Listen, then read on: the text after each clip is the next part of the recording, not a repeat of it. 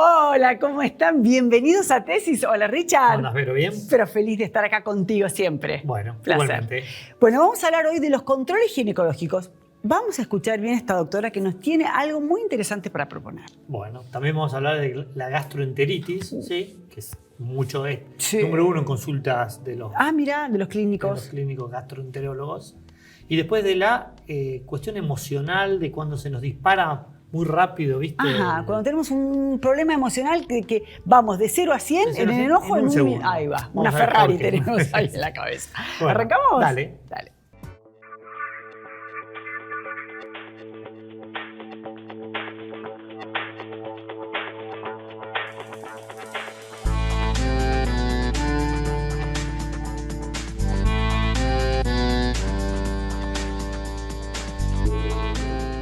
Bueno, Verónica, estamos acá con la doctora María Cecilia Carraro, ella es gastroenteróloga, para hablar de la gastroenteritis. Gastroenteritis. ¿Qué es? ¿Sí? ¿Qué lo puede llegar a disparar? Bueno, buenas tardes.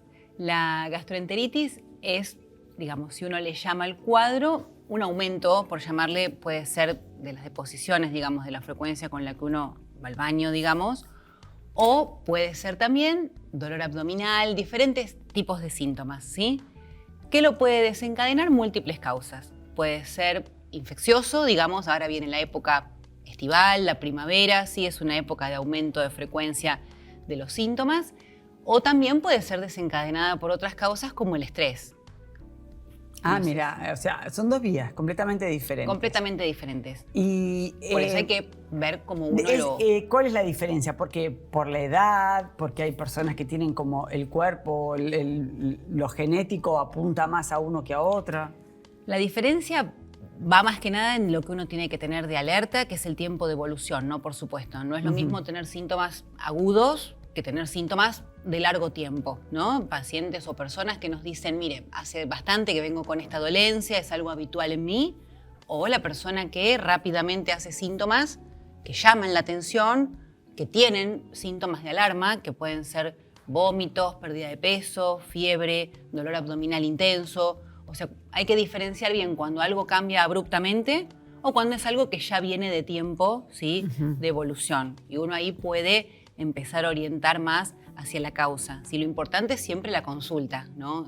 A tiempo, como nos gusta decirle a nosotros. Vos hablaste de deposiciones, de cantidad, también de la, digamos, de la consistencia de las deposiciones También, tiene que ver. También. ¿Qué nos llama la atención particularmente? Por ejemplo, si aparece, o sea, no que sea una deposición blanda y con 1, 2, 3 veces al día. ¿Qué nos llama la atención cuando eso ya empieza a tener un impacto físico, ¿no? Por supuesto. Si aparece sangre, si es muchas veces al día, si la persona se despierta de noche por este síntoma, ahí ya ponemos alarma y ya no es algo pasajero o transitorio. Y si hablamos de algo infeccioso, si aparece fiebre o el paciente no se puede hidratar adecuadamente o lo que fuera, ya enciende la alarma y amerita una consulta más rápida, ¿no? Siempre poniendo foco en estos síntomas. El tema de las deposiciones, a mí lo que lo pongo como ejemplo, me pasó es que como adulta nunca me fijaba, pero cuando fui mamá, me era un símbolo muy interesante, era ver cómo estaba mi bebé a través de cómo defecaba el bebé. Entonces uno como adulto, yo digo, ¿por qué también no tenemos esa costumbre de ver qué pasa, si tiene algún tipo de envoltorio? Porque a veces los bebitos cuando tenían mucha mucosidad se veía, si algún alimento no lo toleraban. ¿Por qué no tenemos ese hábito y no sabemos decodificar nuestras heces? En el adulto, en gran parte, es por una cuestión de tabú, ¿no? O sea, uno cuando habla de materia fecal, es como un tema que no se habla. Incluso se sienta el paciente en el consultorio y dice, doctora, me da vergüenza contarle de mis deposiciones o de mi materia fecal. Es como un tema del que no se habla. Sí. O uno incluso en una cena, no sé, o una reunión con amigos, no estamos hablando de nuestra materia fecal. Son adultos. Sí. Pero es cierto que da mucha información, ¿no? Y depende mucho de la percepción de la persona y de cómo el médico también va guiando las preguntas que le hacemos, ¿no? Porque por ahí de repente para una persona ir 1 vez o 2 a la semana es normal y de repente para otro es normal ir 2 veces o 3 al día y no implica que ninguno de los dos tenga una patología, me explico, determinada, sino que es su ritmo habitual. Lo mismo que la forma, ¿no? de de las deposiciones. Si son chiquititas. Si son chiquititas, si son abundantes o líquidas. El pediatra te pregunta. El pediatra te explica y te pregunta. Yo también soy mamá y también uno está pendiente todo el tiempo de si van, no van, ¿Sí? de si van con moco, ni hablar si aparece sangre. Si son muchas veces al día, uno está con la alarma que no se vaya a deshidratar, si come bien, son esas cosas que uno está come pendiente como todo come, el tiempo. como hace popó. Y en el adulto de repente no, es diferente, por Sí, eso hay el que adulto estar... me parece que automáticamente también va a la automedicación. Claro. Porque como es un síntoma que generalmente en la parte gástrica uno nunca lo ve como algo grave, trata de automedicarse. Ah, también. mirá. Totalmente. Porque nosotros lo vemos, yo soy farmacéutico, en la consulta, en el mostrador es que tomo, Que lo tomo. corto, si hay diarrea, enseguida quieren cortar la diarrea, es decir, la gente enseguida busca Totalmente. automedicarse. Y siempre, para eso siempre en la casa también tienen algo, entonces, bueno, ahí es lo importante de que no hay que dejar los síntomas pasar. Por eso es lo que decía antes, uno siempre tiene la alarma, ¿no? Que cuál es, o sea, cuando el síntoma aparece súbitamente, si uno nota que viene perdiendo peso o que se agregan síntomas, que no es ya una deposición desligada y nada más, que puede ser incluso, si lo llevamos a algo que no charlamos, una intoxicación por alimentos, una comida que me cayó mal. O algo que mi cuerpo O no algo le gusta. claro, Las que yo nueces no le gustan que a yo mi no cuerpo. tolero No y sé. es transitorio, uno ya lo sabe identificar, pero aparecen determinados síntomas que nos ponen la alarma y la consulta es importante. Nosotros nunca sugerimos, obviamente, la automedicación, no somos amigos de que el paciente tome medicación por su cuenta, por esto que les decía, porque uno no sabe si es algo transitorio que va a pasar o es algo que ya merita Aparte, vos tenés estudios o un publicidades determinado que tratamiento. Que están facilitan. por comprar algo y les ponen un nudo acá y te dice que si Facilitan. te lo tomás está fantástico. Estás bárbaro. Entonces, es difícil a veces contra eso también. Por eso a mí me gusta siempre aclarar esto. O sea, si es algo transitorio, pasajero, que uno ve que modificando la dieta, tomando algún medicamento famosos de estos de venta libre que todos conocemos, se limita y pasa, es porque es algo que fue Iba a pasar transitorio, igual. Claro. fue pasajero. Claro. Pero cuando uno ya empieza a ver que no es lo habitual, no hacer caso omiso Por eso, ¿y qué y patologías hacer pueden una ser consulta. las que pueden estar viniendo que a Múltiples, saber? desde algo transitorio, infeccioso, como decía al principio, ahora viene la parte viral, el verano, las gastroenteritis famosas virales, o ir por otro lado y empezar a descartar patología puramente digestiva, ¿no? Por supuesto, descartar que el paciente no sea celíaco, que no se trate de un colon irritable. Hay colitis que no vamos a entrar en detalle, pero colitis que tienen tratamiento y que a veces empiezan como una diarrea común y pasajera, pero que se van prolongando en el tiempo, agregan alarma, como contaba, sangrado, pérdida de peso, puede haber o no fiebre, y ya eso cambia el foco, y llevándolo a un caso extremo que no es lo más habitual, pensar en patología oncológica, ¿no? Claro. Que eso sería lo último que uno espera, pero amerita una consulta, porque Claro, sí. pueden ser síntomas de una patología maligna, ¿no? Bueno, muchísimas gracias. Por favor, por Vamos. favor. Dale.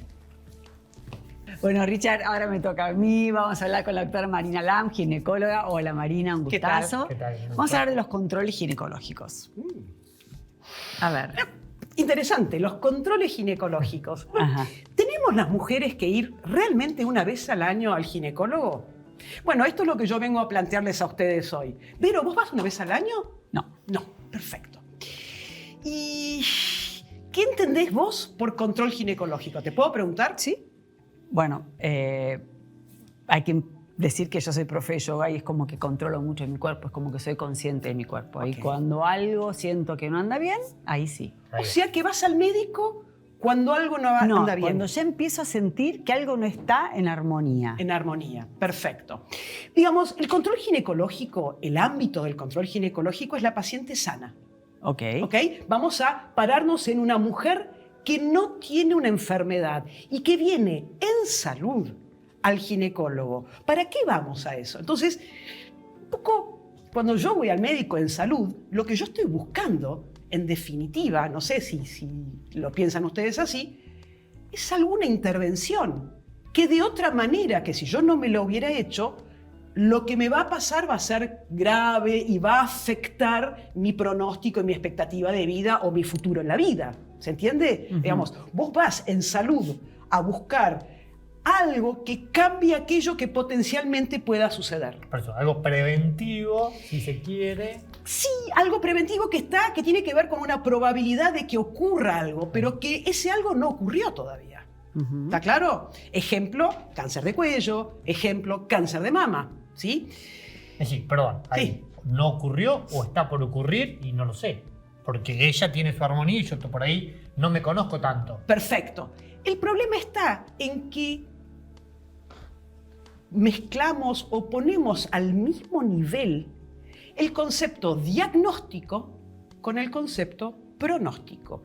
Diagnosticar es encontrar. Ahora, que yo encuentre mucho no necesariamente significa que vas a impactar mucho en tu paciente en particular, en esta señora en particular que viene a verme. Entonces, si lo que yo tengo para ganar es mucho, no tengo que pensarlo, pero si lo que yo tengo para ganar es marginal, bueno, me lo voy a pensar qué es lo que tengo que hacer. Digo, ¿vos te hubieras vacunado, Vero, si la vacuna contra el COVID, el impacto hubiera sido de una muerte evitada por cada 1000 señoras que se vacunaban durante 10 años?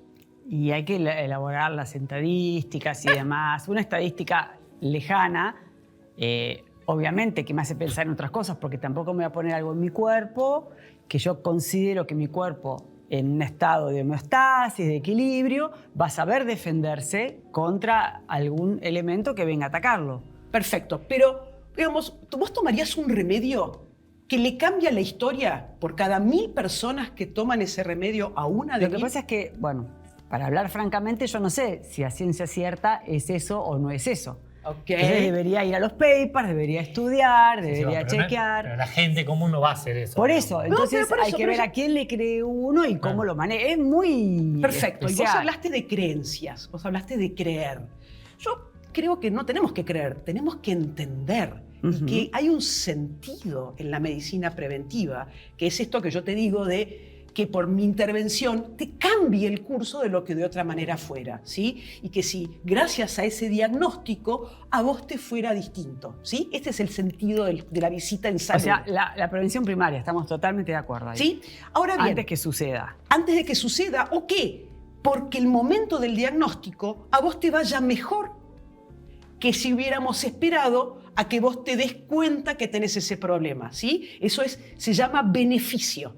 O sea que entonces, antes de vacunarme contra el COVID, hubiese sido buenísimo tomar precauciones de higiene, Absolutamente. de aireación de habitación, y eso sería lo ideal. Exacto. Ahora bien, cuando vos vas al ginecólogo, vos vas esperando que no querés tener cáncer, que, digamos, hay un montón de cosas que queremos evitar.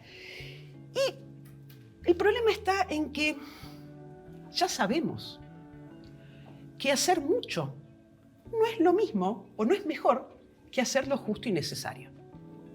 ¿Qué quiero decir con esto? Que si yo voy y me hago un Papa Nicolau una vez por año durante 30 años, en términos reales, y esto ya está demostrado, es exactamente lo mismo que si yo me hiciera un Papa Nicolau cada 3 años en esos 30 años. ¿Por qué? Porque el Papa Nicolau se equivoca igual si yo lo repito una vez por año, una vez cada 2 años o una vez cada 3 años. Y entonces, si yo paciente no tengo nada para ganar con la repetición del Papa Nicolau anual, ¿por qué lo tengo que hacer una vez por año? Si yo no voy a ganar nada, es contrafáctico. Efectivamente, es algo que no está sucediendo y tiene más que ver con una expectativa o con lo que yo quiero que suceda, más que con lo que sucede en realidad. Lo que pasa es que ahí me parece que entra en juego lo Sí. que, digamos, conocemos como personas de base, digamos. Digamos, hace tiempo que se dice una cosa, Absolutamente. entonces seguimos una conducta, ¿está bien? Entonces hay que trabajar sobre la conducta a largo Lo que plazo. nos hacen creer, Claro, lo que nos hacen lo que creer. se publica, cómo Claro. nos informamos. Claro, Perfecto. A ver, ¿de dónde? O sea, El yo año- voy a tu consultorio y tal vez vos me decís, mira, lee esto, buenísimo. La próxima vez que nos veamos, yo me voy con algo leído, ya me voy Pero informada. depende de la parte cultural No, tuya. bueno, digamos. No, no, porque esto, de a ver, lo que sepa. esto que me está contando Vero, imagínate Vienen las pacientes a mi consultorio y se encuentran con Marina que le dice, no te tengo que hacer un Papa Nicolau. Y te pateo todos tus paradigmas que tengo que hacerme una mamografía, me tengo que hacer un Papa Nicolau. ¿Y cómo no me estás pidiendo tal estudio y el estudio de control y toda esta historia? Entonces yo la miro y le pregunto, ¿vos qué querés? ¿Para qué venís acá? No, para hacer algo para que no me pasen males mayores. Perfecto. Entonces centremos la mirada en vos. Entonces vos querés impactar en tu futuro. Ejemplo, estás con un índice de masa corporal de 32, saber que si vos bajás tu índice de masa corporal de 30, estás gorda, perdón, ¿no? Obesa, y vos bajás, salís de la obesidad y pasás a un peso normal, eso es una verdadera prevención. ¿Por qué? Porque yo voy a disminuir el número de casos de cáncer de mama que van a aparecer. O sea, tiene mucho más impacto lo que vos hacés. Bueno. Perfecto. Bueno, muchas gracias, doctora. Gracias, Vamos a línea. Dale, vamos. Muchas gracias. Richard, vamos a hablar ahora de la desregulación emocional. ¿Sabés qué es? No, vamos a preguntarle acá al... Exactamente, al profesional. Estamos con Alexis Alderete, él es psicólogo. Hola, Alexis, ¿cómo estás? Hola, ¿cómo estamos? ¿Qué tal? Un gusto. ¿Qué es en realidad la desregulación emocional? Bien, la desregulación emocional es estar y tener un escaso control emocional en un momento determinado y no tener la capacidad o la habilidad de volver a un estado de calma, un momento anterior en el cual se perdió esta regulación emocional, ¿no? ¿Qué sería? Como el, perdona, como el enojo que sale. Sí, pero mucho más desproporcionado. La desregulación emocional se caracteriza más que nada por personas que tienen trastornos límite de la personalidad o lo que se llaman borderline. Son aquellas personas que ante una determinada situación sus emociones se desbordan en forma muy intensa. Un estímulo va a pica de 0 a 100, digamos. Por así, acelera como de 0 a 100. Claro. ¿Y por qué nos puede suceder a las personas? ¿Por qué nos puede suceder eso? Bien, la característica principal de estas personas son que tuvieron infancias por ahí muy traumáticas, de invalidación emocional, por si tuvieron madres o padres que todo el tiempo le decían determinadas cosas o hechos y por ahí no le validaban lo que decían o los insultaban todo el tiempo, o los castigaban de una manera desproporcionada. Entonces aprendieron a no poder regular sus emociones o a no poder encajar o ser directo con las otras personas, ¿no? Estas personas tienen la característica de no saber comunicarse sus emociones, no saber tener relaciones interpersonales sanas. Entonces todo el tiempo están con las emociones yendo y viniendo. Y una vez que tienen ese pico, digamos, desmesurado, digamos, Sí. ¿se dan cuenta? Después se dan cuenta, estuve exagerado, digamos, eso, o les pasa como algo normal. Muchas personas por ahí, cuando sus emociones son intensas, no se dan cuenta. La característica más común de estas personas son que se producen los cortes, aquellas personas que se usan cutting. Por ejemplo, tengo un par de pacientes, bueno, que es lo más común en estas personas, que ante un corte, una relación por ahí con el novio, van y como no pueden tolerar esa frustración, no pueden tolerar ese corte, van y para bajar esa emoción lo que hacen es una emoción mayor que es cortarse. Entonces se cortan con un bisturí, se cortan con un cúter. Entonces eso lo que hace es bajarlo. Entonces necesitan una emoción mucho más fuerte y un estímulo más fuerte para poder bajar la emoción. Entonces no saben cómo regularse. Esas son las partes de las habilidades que se tiene que ir aprendiendo. ¿Y qué tipo de terapia hay para eso? Bien. ¿Desde qué edad uno empieza a percibir que la persona o las personas que estamos a cuidado de niños más pequeños pueden llegar a tener esa patología? La característica por ahí donde más se nota son en los adolescentes, y en los adolescentes son por ahí donde más se manifiestan estas emociones yendo y viniendo, o no saben por ahí regularse emocionalmente. Un adolescente dice que siempre sufre por ahí determinadas cuestiones, su primer amor o sus primeras relaciones por ahí que son más, ¿cómo se llama esto? Más conflictivas, por así decirlo. Entonces uno tiene que empezar a ver cómo se regula o no, si tiene por ahí escasa capacidad para relacionarse con otros. Hay un tratamiento específico que se llama DBT, terapia dialéctico-comportamental, que se basa en esto, ¿no? Porque es muy diferente a otros tipos de terapias que son para ahí con los pensamientos, que es un ataque de pánico. Acá se trata de todo un entrenamiento en la parte emocional, ya sea con mindfulness, ya sea con relaciones interpersonales y principalmente con lo que es la tolerancia a la frustración. ¿Y se trata con medicación también? Es decir, ¿necesitan tratamiento con Sí, algún muchas psiquiatra? veces se trabaja de forma conjunta con psiquiatra y con psicólogo, más que nada para poder regular los pensamientos y las emociones, ¿no? Porque a veces un pensamiento dispara, bueno, soy una persona fracasada y este pensamiento te lleva a una determinada emoción y esa emoción te lleva a una determinada conducta, a no comportarte de determinada manera, a no poder mantener una carrera a largo plazo. Porque esto es lo que pasa por ahí con estas personas, que no pueden mantener un proyecto a largo plazo ni tampoco una relación a largo plazo. ¿Y qué sería esto de no tolerar la frustración? ¿Cómo es? Y no tolerar las frustraciones, por ejemplo, cuando alguien le puede decir, mira, vos estás equivocado o la verdad que esto no es así, entonces la persona se autocritica muy fuertemente por toda la invalidación que le hicieron durante la infancia, entonces se pone a llorar, se desborda, se cierra completamente y lo que le pasa es que esta emoción, lo que también viste, la emoción es una curva, que llega un momento que es un pico y luego baja. En estas personas puede durar todo el día que estén llorando, puede durar todo el día que estén encerradas o alcoholizándose o tomando medicación, entonces no saben cómo regularse y volver a un estado de calma. Es una conducta que por ahí en gente que tiene adicciones a las drogas. Sí, personas que tienen adicciones a las drogas, digamos, intentos de suicidio. Claro, se ve, digamos, cómo se diferencia, por suponer un familiar que no sabe que es adicto, cómo diferencia que tiene un trastorno psicológico o que está con un problema de adicción. En cuanto al problema de las adicciones te vas a dar cuenta porque no importa más que nada la sustancia, sino importa la relación que tenga con la sustancia. No importa si toma cocaína o marihuana o otro tipo de fármaco, por así decirlo, sino qué relación tiene con esa sustancia. Si es para calmarse, si es para estar más excitado, si es para estar mucho para ir más tranquilo o si es simplemente por ahí para tapar otra cosa. En cuanto a la desregulación emocional, siempre va a haber un estímulo que estas personas tratan de hacer, como por ejemplo cortarse para poder apagar esa emoción que las inició. Entonces tratan de ir cancelando las emociones. Perfecto. Bueno, muchas gracias. Gracias a ustedes por el espacio. Súper interesante. Bueno, ¿Volvemos? dale. No hay nada más lindo que ver a tus hijos felices. Por eso yo elijo fideos Marolio, que le dan sabor y frescura a las alegrías de todos los días. Spaghetti, rigati, moños, tirabuzón. Mamá, te amo. Marolio, una de las marcas más elegidas por los argentinos. Bueno, estamos con Marlene Gómez, ella es nutricionista, ¿cómo estás? Para hablar de qué no deben consumir los pacientes que tienen hipertensión arterial. ¿Es así? Hola Ricardo, ¿cómo estás? Así es. Hoy Bueno. vamos a hablar sobre qué alimentos deben evitarlos. Evitarlo. Exacto. Porque a veces siempre prestamos atención al consumo de sal, pero se van a enterar de que no es solo eso.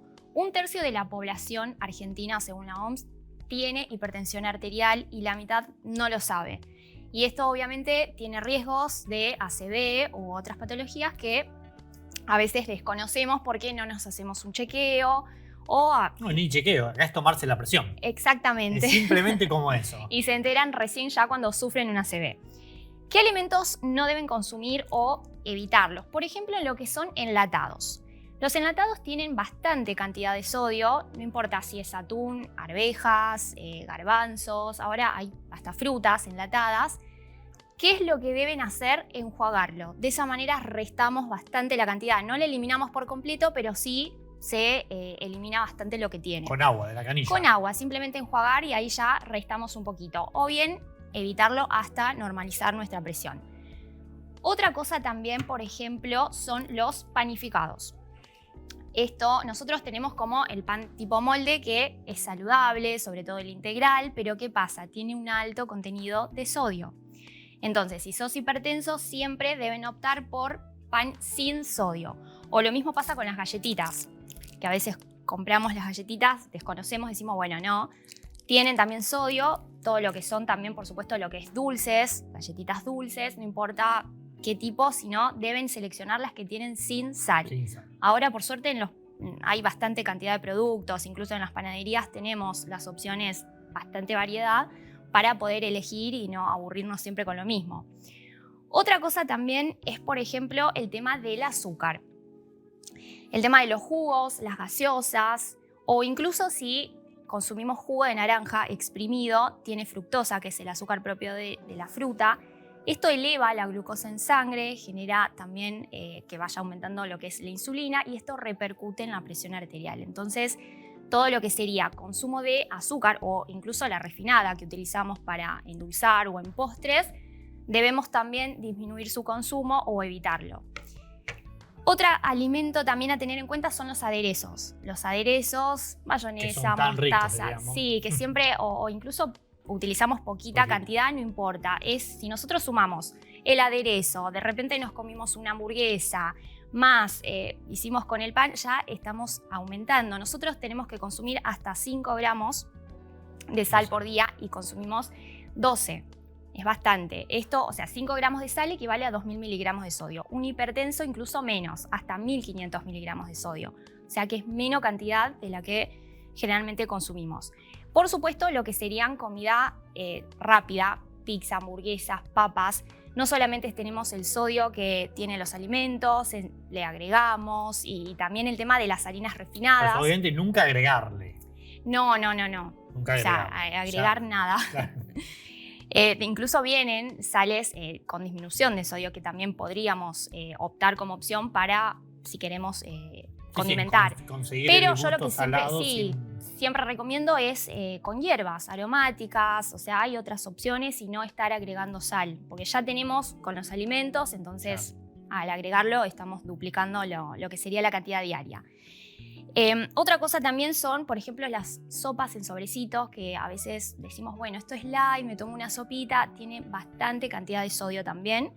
Eso es algo que debemos prestar atención y evitarlo.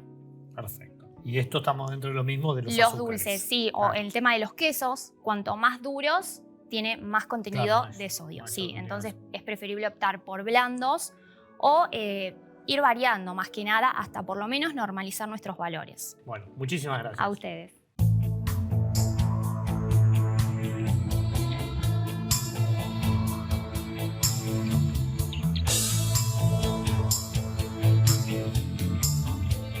Simmons, descansá en primera clase. Buenísimo, la verdad que muy interesante todo. Me encanta porque acá proponemos distintas ópticas de los tratamientos y de la manera de encarar nuestra salud. Sí, Salud. cómo prevenir o...